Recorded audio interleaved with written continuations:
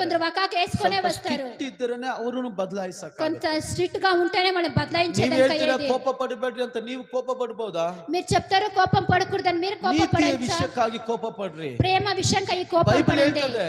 దేవుని వాక్యం ಕೋಪ చెప్తుంది ಮಾಡಿಕೊಳ್ಳ್ರಿ, కోపం చేసుకోండి, ಪಾಪ ಮಾಡಬೇಡ್ರಿ. పాపం చేయొద్దండి. ಕೋಪ ಮಾಡಿಕೊಳ್ಳ್ರಿ, కోపం చేసుకోండి, ಪಾಪ ಮಾಡಬೇಡ್ರಿ. పాపం చేయొద్దండి. ಹಲ್ಲೆಲೂಯಾ. హల్లెలూయా. ಆ ನಾಗರಾವ್ ತರ ತನ್ನನ್ನು ತಾನೇ ಹೆಂಗೆ ಪೀಸ್ ಪೀಸ್ ಮಾಡ್ಕೊಂತೋ ಅದು ನಿಮ್ಮನ್ನ ನಾಶಪಡಿಸ್ತದೆ. నాగుపాము ఎలాగ దాన్ని తానే పీస్ చేసుకుందో దాన్ని నాశం ಈ పడించుకుంటుంది. ತರ ಜೀವಿತ ನಮಗೆ ಬೇಡ. ఇలాంటి జీవితం మనకి వద్దు. ಅದು ನೋಡಿದ್ರೆ ನಗು ಬರುತ್ತೆ, దాన్ని చూస్తే నవ్వు వస్తుంది, ಸ್ವಲ್ಪ ಯೋಚನೆ ಮಾಡಿದ್ರೆ ಅಳು ಬರುತ್ತೆ. కొంచెం యోచన చేస్తే ఏడుపు ನಮ್ಮ వస్తుంది. ಆತ್ಮೀಯ ಮಕ್ಕಳು ತುಂಬಾ ಜನ ಹಿಂಗೆ ಇದ್ದಾರೆ. ఇలా మన ఆత్మీయ పిల్లలు చాలా మంది ఇలాగే ಅವರ ఉన్నారు. ಜೀವಿತ ಬದಲಾಗಲಿ, వాళ్ళ జీవితం ನಮ್ಮ బదలాగానే, ಜೀವಿತ ಬದಲಾಗಲಿ, మన జీవితం బదలావని ದೇವರು కానీ ನಮ್ಮನ್ನು ಬದಲಾಯಿಸಲಿ.